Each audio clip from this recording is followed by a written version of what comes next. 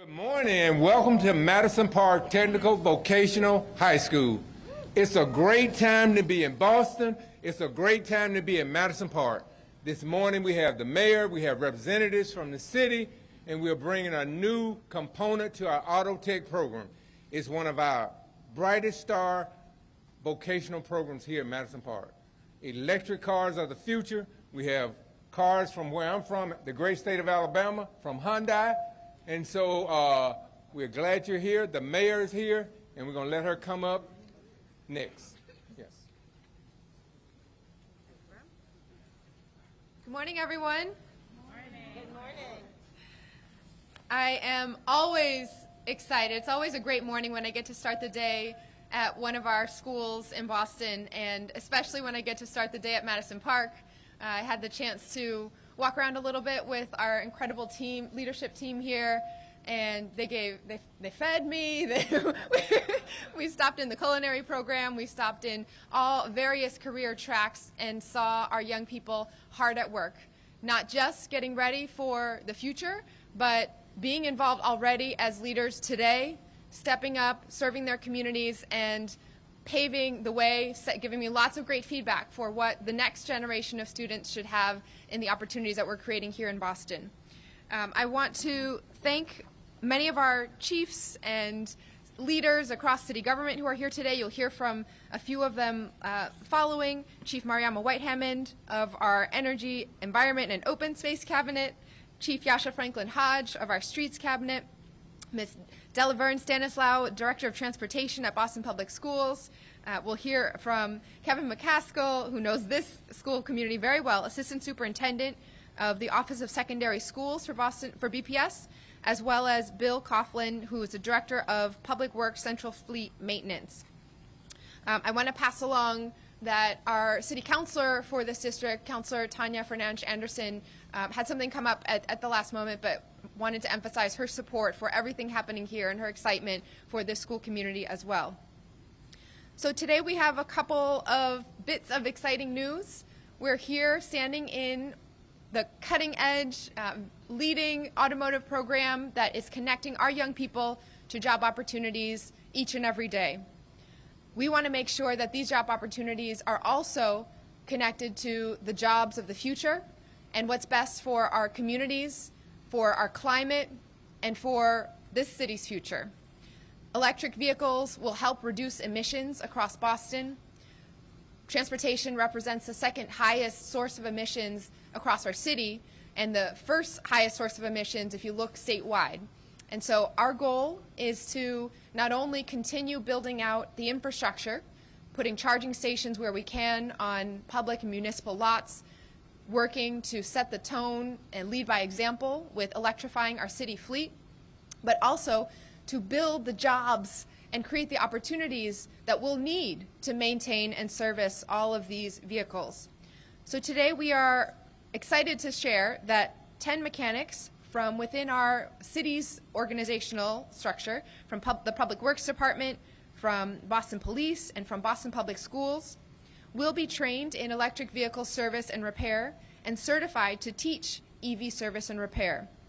This will be a train-the-trainer model, because then we will be training our young people to be able to step into these jobs right away. This partnership between the Public Works Department and Madison Park Vocational and Technical High School has been a 9-year-long relationship, and today we're announcing that starting in the fall of 2022, electric vehicle service and maintenance and the technology that comes with that will be part of the core curriculum in Madison Park's automotive program. This will also be available to students at Ben Franklin and in the Career Technical Institute here. We are making sure that Boston is laying the foundation through our recovery, not just for immediate healing and addressing the needs of today, but building pathways to the green jobs of tomorrow. We're committed to training our existing workforce in the coming years to ensure that every worker maintaining city vehicles and school buses is prepared for Boston's green future. Boston Public Schools and the Environment Department will also be working together on what I am very, very excited about, that we're going to tackle one of the most immediate ways that we can reduce pollution in our communities, make life healthier for our young people and our school communities, which is by moving towards electrification of our school bus fleet. That's right. Thank you. One person is excited about it. In the 2022-2023 school year, Boston Public Schools will deploy up to 20 electric school buses in a pilot program so that we can understand the exact needs for charging infrastructure, for the routing, and for the maintenance.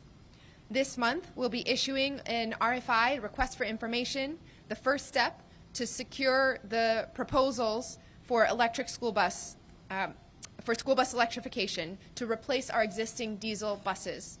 The goal is to have full electrification of our school bus fleet by the year 2030. Boston has about 700 buses that bring our young people, our most precious cargo, to and from schools each and every day. About half of these buses are still diesel buses, which produce 10 to 15 times the particulate pollution in the air, not only for young people and bus monitors and drivers sitting on those buses, but throughout our neighborhoods as well. And so this will be a big step forward in making sure that we are delivering the clean air, public health, opportunity, the right start and end to your day coming to and from the Boston Public Schools. So I am going to pass it over now to Chief Mariama White-Hammond of the Environment, Energy, and Open Space Cabinet.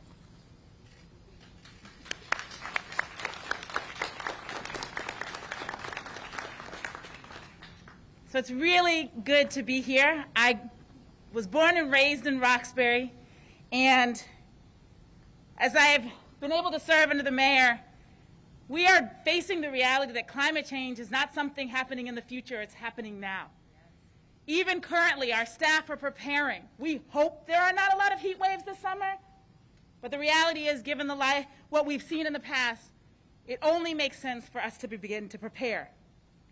And so I'm really glad to be here today in Madison Park, a place I spent some time.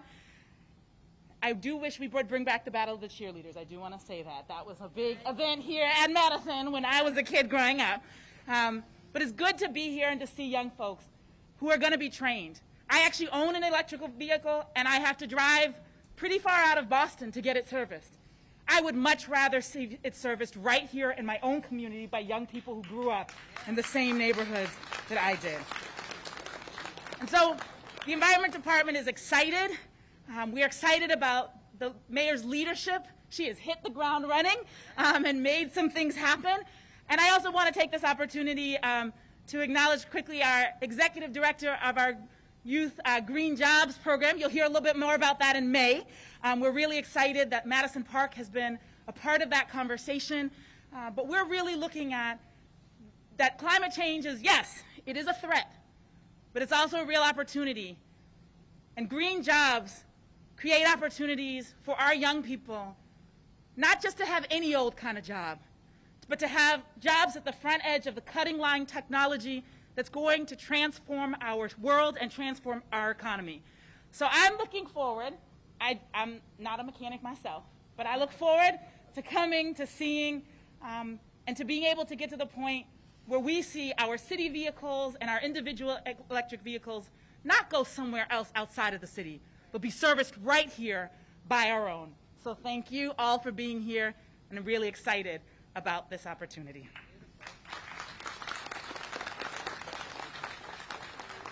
Next up, our Chief of Streets, Yasha Franklin Hodge. Good morning, everybody. So I'm Yasha Franklin Hodge. I'm Chief of Streets for the City of Boston. I oversee the city's public works and transportation departments. And to echo some of the things we've heard from the mayor and from the chief, we know that climate change is real. We got a report this week from the IPCC once again telling us what we've known for a long time, that this is urgent and that the window of opportunity to address climate change is rapidly closing. And so in a city like Boston, when we look at our transportation system, that means two things. As the mayor said, transportation is the #1 source of greenhouse gas emissions statewide and nationally, and is #2 here in the city of Boston.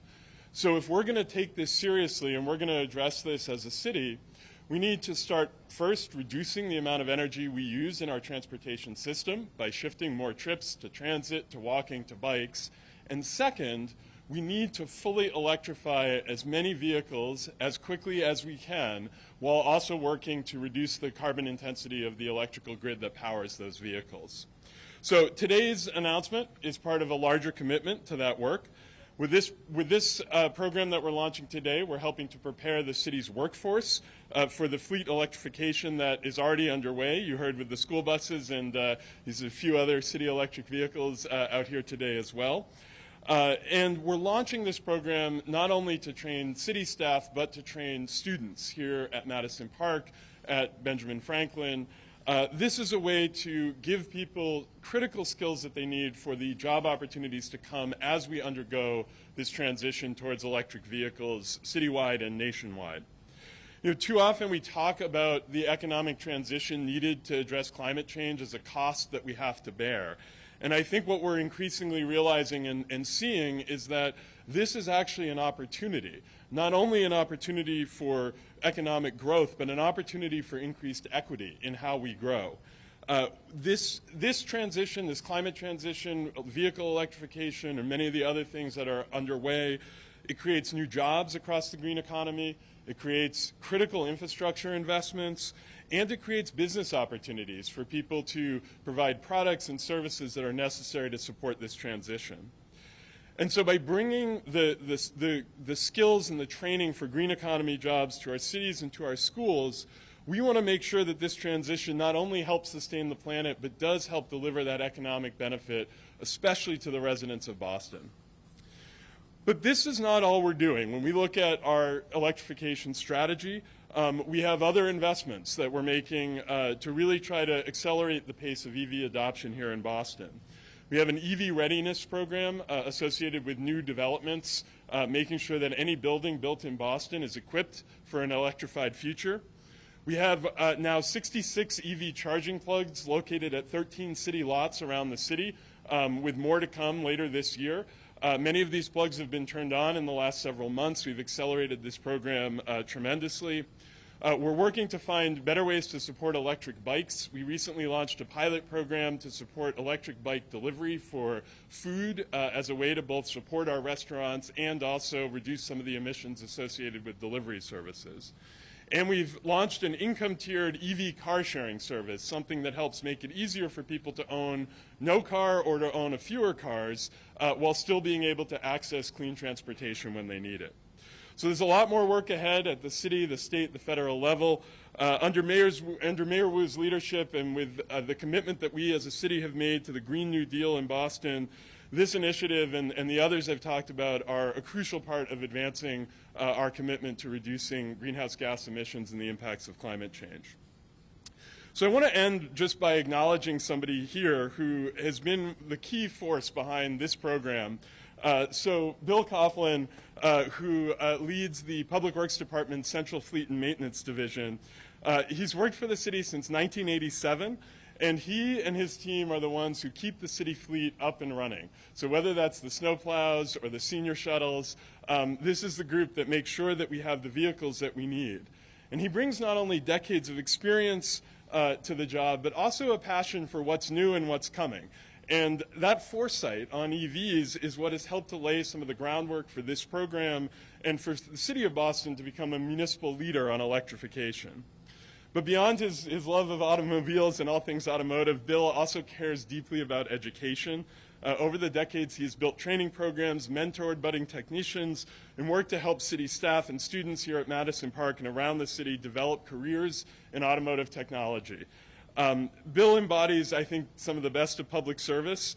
He does important behind-the-scenes work that help makes the city function, but he's also always trying to find ways to bring his skills and his knowledge to have a wider impact on the city of Boston. So just want to express my deep gratitude to Bill for his commitment and the work that he does and for making this program possible. So thank you, Bill. So with that, I'll hand it back to the mayor, and looking forward to hearing more about what we have in store ahead. Thank you. Okay, where did Dell go? Next up is Director of Transportation at BPS, Ms. Delaverne Stanislaw.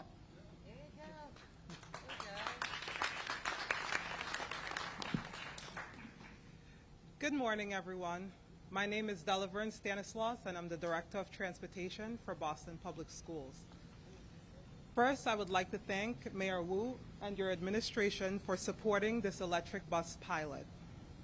I also want to share gratitude for your support of this program from our superintendent, who was unable to join us here today. Every day, we have the opportunity to ensure that thousands of Boston students make it safely from their homes to school and back again. Today, we use a mix of diesel and propane buses to transport students throughout the city of Boston and across eastern Massachusetts. Next year, thanks to this program, we will begin ensuring our students have access to their educational opportunities using clean buses that are safer for everyone who rides the bus and the communities through which these buses travel. The Boston Public Schools Transportation Department is committed to continuing to improve on delivering quality bus service for students, families, and schools. This opportunity to electrify our fleet is critical to achieving an equitable local Green New Deal. I want to again thank Mayor Wu, Chief White Hammond, Chief Franklin Hodge, and PFD Director Bill Coughlin for their partnership in this ongoing work.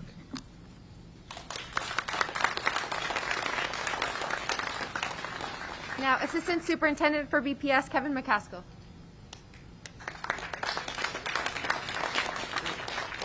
Thank you, Mayor Wu. Good morning, everyone. We're in school. Good morning, everyone.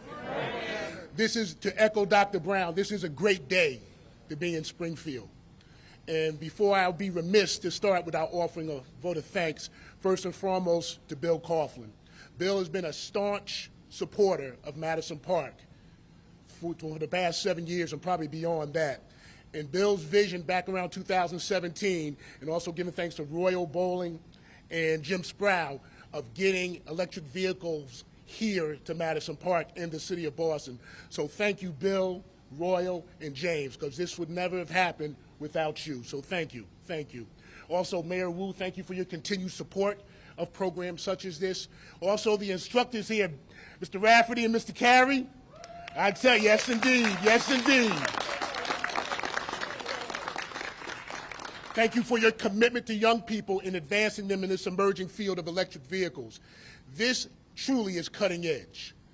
And Madison Park and the city of Boston have the opportunity to set the standard not only here in Boston, the region, but the nation. This isn't being taught in our high schools across the country that offer these programs. And this is the time to do it. And we are so grateful for this opportunity. And when you see the number of individuals around here, it has nothing going to stop the momentum going forward. It will provide opportunities for students of color that have never happened before. When we look at the field of automotive technology, it's not that diverse. But here at Madison Park, we have that opportunity with these beautiful individuals behind me. And they will be setting the standard of diversifying the automotive field, especially when it comes to electric vehicles. So in summary, let's keep it going. Let's provide our ongoing support of our young people in the program. And as was told by Dr. Mayor Wu, this will be incorporated in the adult automotive technology program as well here at Madison Park. So thank you for your support. Have a great day, folks.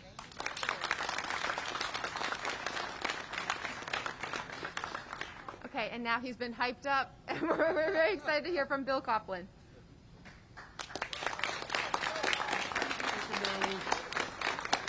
Good morning, all. As Ed said, Royal Bowling, Jim Spool, I see someone over there, John Lariani, Susan Lambert. They all made this happen through the years. It took a long time. I have a great staff behind me. We saw what was needed. We reached out. We had an intern program at the body shop. I forget exactly what year. It didn't go swimmingly, but it did go. It was we tested the waters. We worked with the detail shop. It was a bit of a struggle, but the students got some real-world experience, extremely important. That was the goal at the time. We kept looking forward to how we could improve. I know Tom, I know Chuck, they do a fabulous job here. I've come in, I've talked to the seniors. They're some of the most polite people I've ever met. They are amazing students. I also have my crew from Frontage Road, and I believe I have some BPD gentlemen here, that we couldn't do that. I couldn't do my job without all them behind me. So as we look to the future, and we look at where we should be 18 months from now, we should have already had a senior class go through. We should have workplace, the adult education crew go through, and be looking at Ben Franklin to offer them classes. You know, Train the Trainer is going to continue on so that we can continue to grow as we move on. 2030 might be a stretch, but we will try. We will do our very best. I have Voltrek here, I have Wadzilla here, I have McGovern Auto Group here, I have the Fayette full electric sweeper that we'll be putting in. I believe we're getting 2 by the end of the year. You can all check them all out. Sorry, no test drives today, but they're very, very impressive. The technology and the thought process that goes into all these is beyond where we started out. Points, plugs, condenser, rotate the tires, drum brakes. We are gone. We are into modules, more modules, and computers. And if they don't talk to each other, machines down, then it's your job to figure it out. And I know you all will. I have that much faith. All right? With that, thank you very much.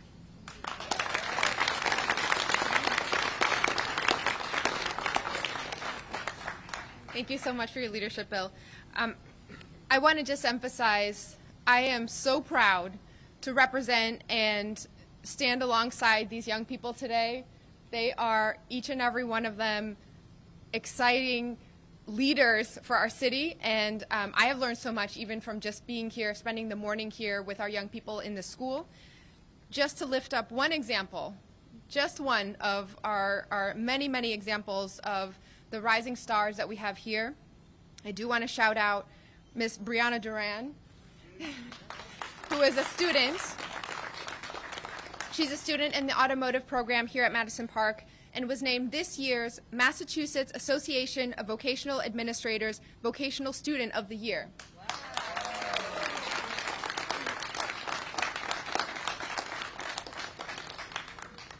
She's Dorchester proud, and with this award has come, with this recognition has come a statewide recognition, and I am very proud to say, has accepted a full scholarship to Massasoit to study diesel engine repair.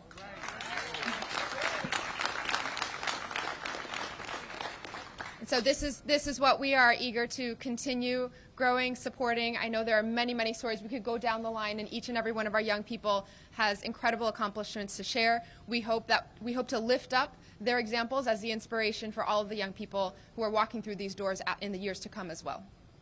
Questions? Can you repeat in Spanish some of the information about the program in the electrical Sure. part of the Hoy estamos en la escuela Madison Park, una escuela de vocación y educación técnica, para anunciar un programa para mí, muy emocionada, anunciar un programa para implementar los servicios y mantener la automotiva electrificada. En ese momento de una crisis climática, tenemos que actuar con la urgencia en la comunidad y en Boston de nuestros vehículos municipales y autobuses para el sistema escolar. Tenemos también unos vehículos de diésel con la polución y el impactos de aire, de calidad de aire para nuestra comunidad y especialmente para nuestros niños y estudiantes. Entonces, en el año próximo, este programa va a incluir un programa de Train the Trainer, de continuar y aumentar la habilidad y capacidad para crear oportunidades en la economía verde. Al mismo tiempo, en el año próximo escolar, va a tener 20 autobuses electrificados con un programa de piloto para crear la infraestructura de mantener y aumentar nuestra capacidad en el sistema escolar también. Let's do on topic first, and then we'll do off topic afterwards.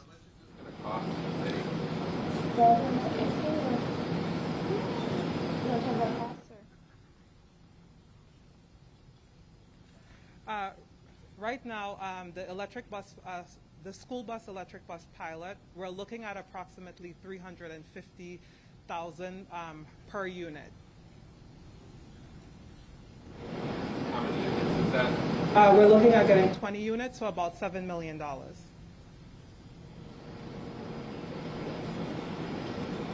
does that funding come from? Oh, that funding is already budgeted. It's part of our budget. We actually cycle out buses every year, right? So that money is already allocated in our budget.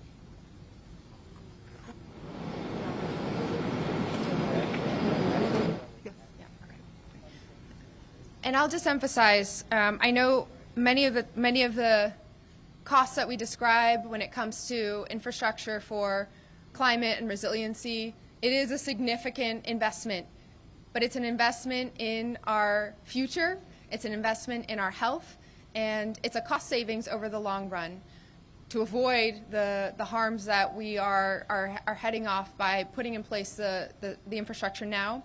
With electric school buses in particular, over the life of a vehicle, which lasts anywhere from 15, 20 years, depending on the servicing that we're going to have, world-class servicing here, it is a savings if you add up the fuel costs saved in the transition to electric vehicles. There are also many uses for the vehicle-to-grid technology that's possible, because when you have vehicles with such a large battery inside, they can be deployed as mobile charging stations in times of power outages across the city. And so this is an investment in multiple ways that we are sure will be have the returns many times over in terms of health, well-being, and preparedness. We can see the charging stations over there. Will there be charging stations strategically placed around the city? Will they be in bus garages and DPW garages? How will that work, and can the public use them as well? Yeah, absolutely. So, we know that charging infrastructure is crucial to the adoption of electric vehicles. So we're looking at that through a few different angles. So first, for the city fleet, we're initiating a study process to look at how to bring the appropriate charging infrastructure to all of the various places where city vehicles are garaged. There's a lot of variation in the fleet. Some vehicles receive heavy mileage. Some vehicles travel a small number of miles every day. So we're really trying to make sure we're sizing that charging infrastructure appropriately. Second is that we're investing in, as I mentioned earlier, the installation of public charging stations in city-owned lots, and we're looking at other places where the city might be able to support the installation of those kinds of services and systems. Third is we're talking with folks at the state, and we're looking at some of the changes that are coming as part of the bipartisan infrastructure law to put large-scale investment in building out a network of EV chargers nationwide. There may be a component of that some of that is very focused on highways. There may be a component of that can serve the urban core, so we're working with partners at the state and federal level to identify those funding opportunities as well. But we are seeing, in addition to all of that, significant growth in the private charging market here in Boston, and so we expect that combination will help ensure that people have the infrastructure they need to make the switch to EVs.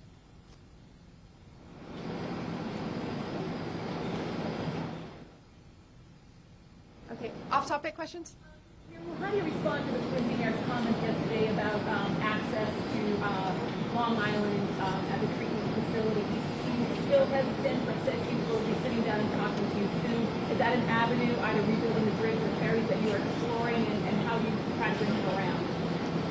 Okay, the question was on the ferry or bridge access to Long Island, and especially the relationship with the city of Quincy.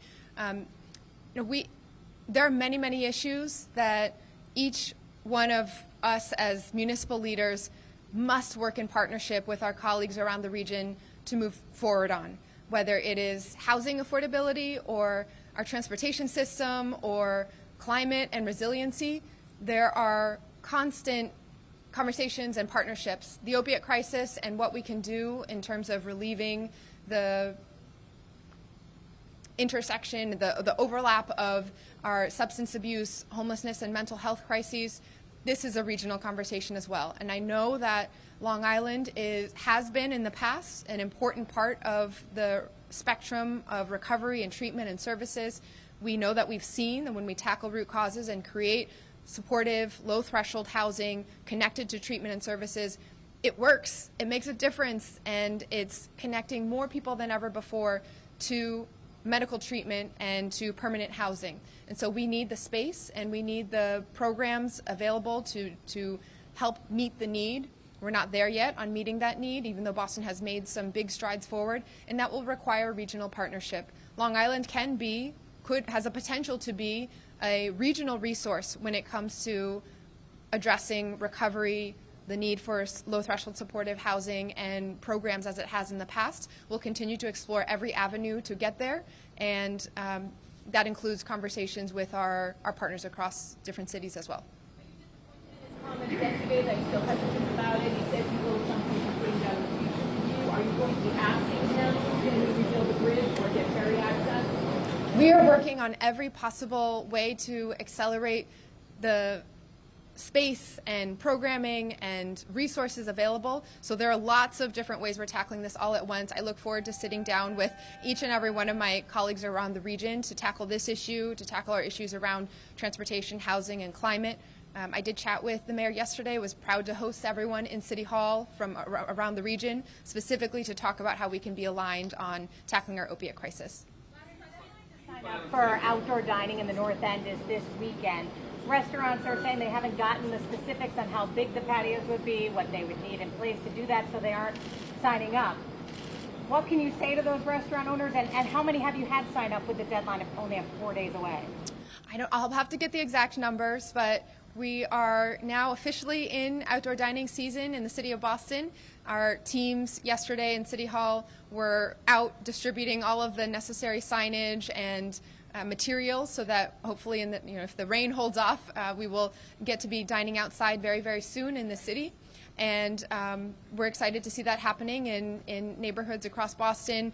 That does involve very specific logistical conversations with each and every restaurant, because we have to get the safety parameters and the distances and all of the specifications right. And so those conversations are ongoing but happening as quickly as possible. Or after they apply for it, though, because they're not applying for it because they're saying they don't have the parameters for it. Each and every restaurant that was part of our outdoor dining program last year has already been contacted, and there's, in the North End in particular, a lot of effort went into laying out slightly adjusted spacing between the patios and all the parameters so that emergency vehicles and pedestrian access could be guaranteed at a baseline of safety. And so those restaurants are in conversation with the city, so they know everything that they need to have the appropriate materials and barriers and safety precautions so that we can have a healthy, safe, and very vibrant outdoor dining season. Could you answer that briefly in Spanish? I'm so sorry. About outdoor dining? Yeah. Okay. La comienza en abril de nuestro tiempo para restaurantes para accesar a la calle para la experiencia afuera. Es un momento muy importante para Boston en esta recuperación de la pandemia. Tenemos que apoyar a cada empresa pequeña en Boston y estoy muy orgullosa al progreso en esa manera con muchos restaurantes en cada barrio de nuestra ciudad. Good, thank you everyone. Oh, sorry. We are seeing an uptake in cases, not just in Boston, but around the country. And our Boston Public Health Commission and public health experts are monitoring this very closely and in coordination with the Boston Public Schools and other public health focused entities. We are going to take every precaution in our city and make sure that we can keep our schools open, can keep our businesses up and running, and that means keeping our focus on public health as well. Above 5%, might you reinstitute? Let's thank the mayor. We have coffee and cookies, and we have classes for our students to attend, so please be mindful of that. But again, let's thank everybody, and we have coffee again and cookies. Thank you for coming.